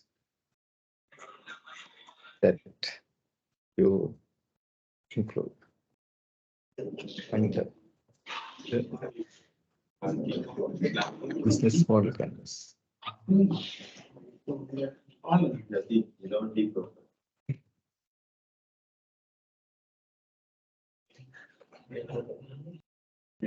But you have to you don't need to provide any other information. Upload only the file. So I'll say upload the Word file. Please upload the MS Word file that contains the business.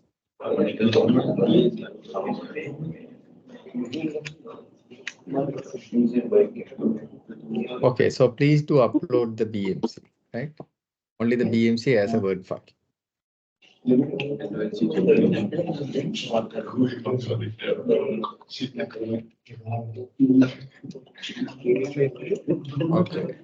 12th. So each person is given a unique company and you can upload one file. That's it.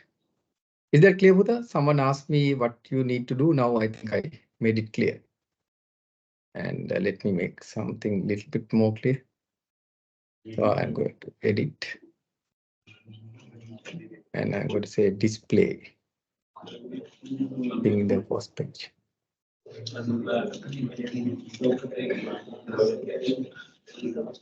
Right. So let me explain it a little bit more. So please download this assignment allocation. Where this Excel file, your allocated company is there. Right. Here, this is your allocated company. Now, for an example, Pushpika got this one, and Zaib has got SMB Finance PLC. Then Yasin has got Ceylon Tea Brokers. Right. MAD Pereira has got Radiant Gems International PLC. Then Ahmed has got Lanka Development PLC. Then Dinushika has got Guest Enter Ceylon. Likewise, you have got different companies. Completely random, right? I did not select, it's randomized, right? You saw by your own eyes. I did not favor anyone or not favor anyone. So download that, and then what you need to do is, right, first download this and see what's your company allocated.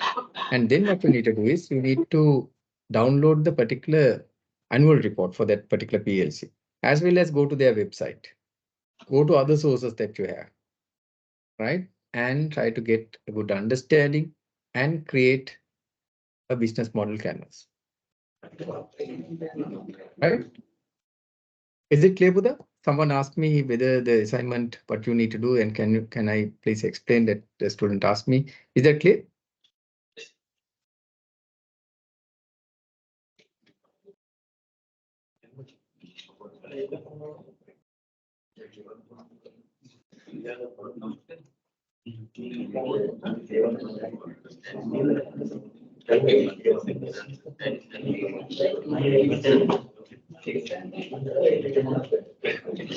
Students, is it clear? Yes, sir.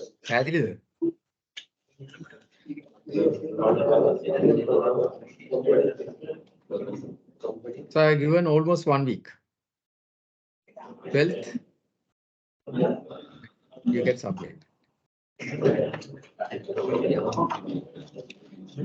So be specific. Samaru දැන් මේක කිව්වම නිකම්ම BMC එකේ තියෙන ටික දාලා එවනවා. දැන් BMC එකේ තියෙනවා unique value proposition එක. ඒතකොට unique value proposition එකේ ඒක ලියලා තියෙන එක ලියලා එවනවා. You have to be specific. You have to tailor it. Right? Company ට අදාළව ලියන්න ඕනේ. Right? Clear? Okay, students? Okay. Right. So I'll take another 15 minutes and we'll finish the lecture, right? Because it's almost 6. Right. Now, did you understand the BMC? BMC ka පැහැදිලිද? Business model canvas?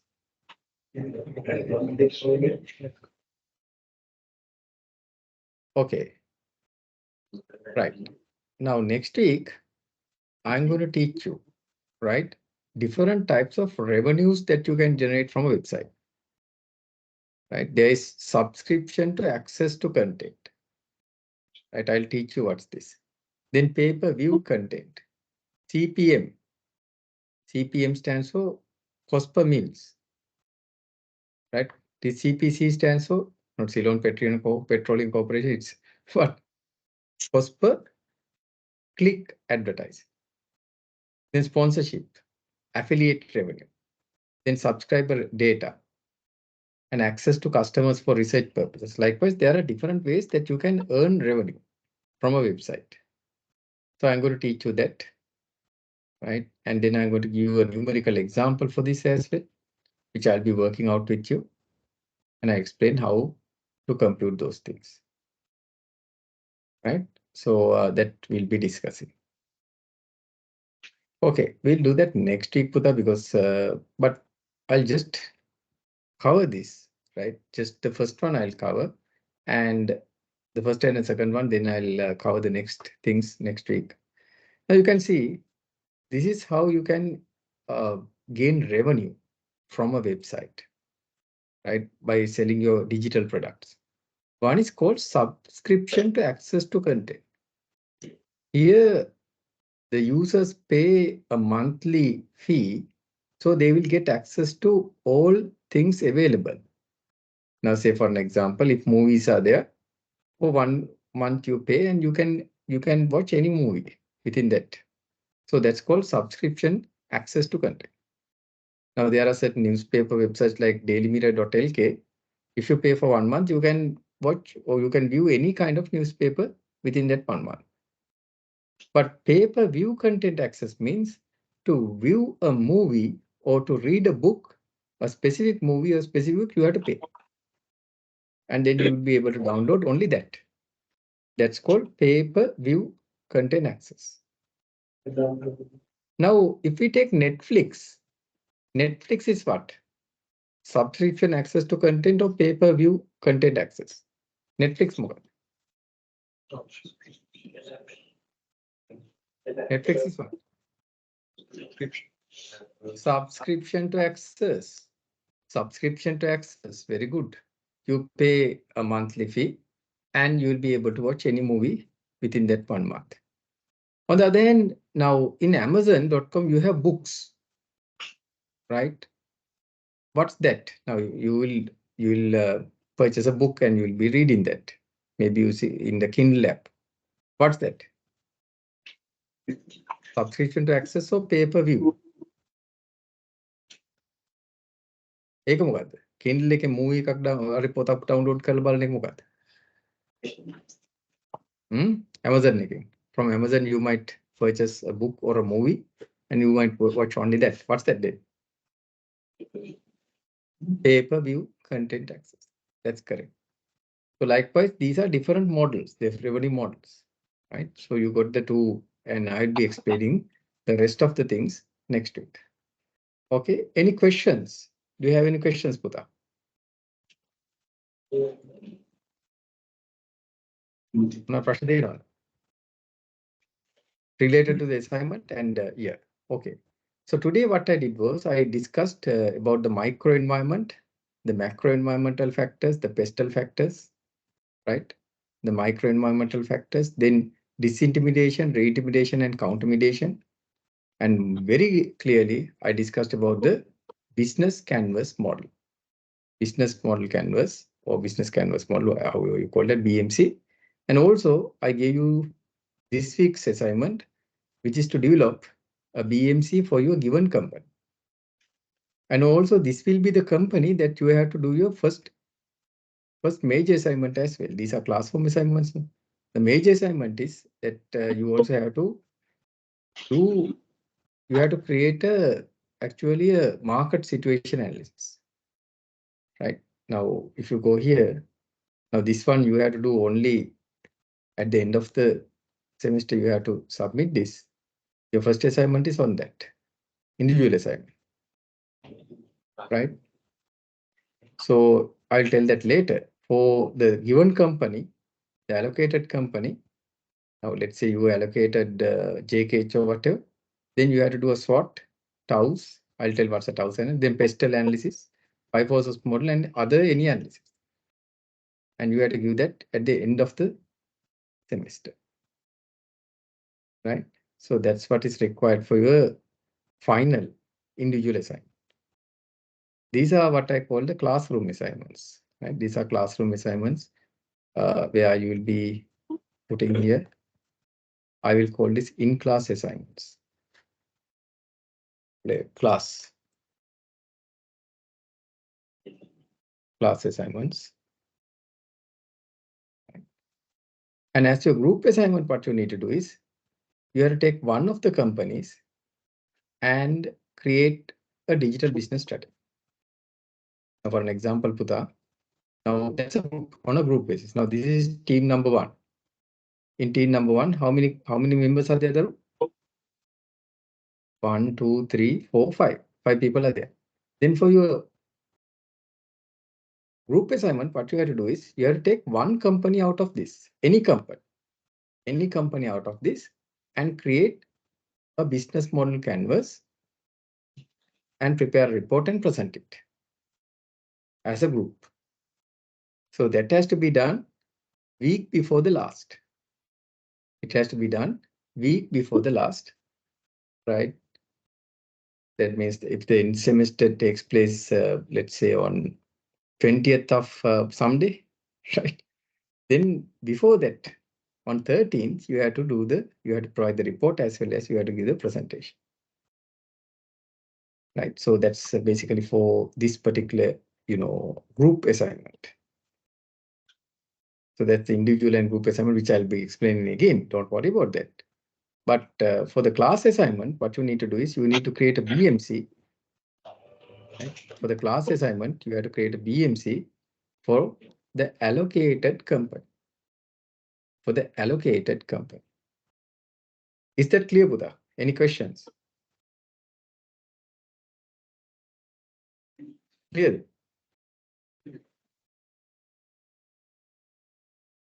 Clear then? Clear. Okay, Buddha. If you do have any questions, you can ask me. Right? For your individual and group assignment, I will explain it again next week as well. Right? Okay. So with that, then we'll finish for today. Thank you very much. And really appreciated your cooperation.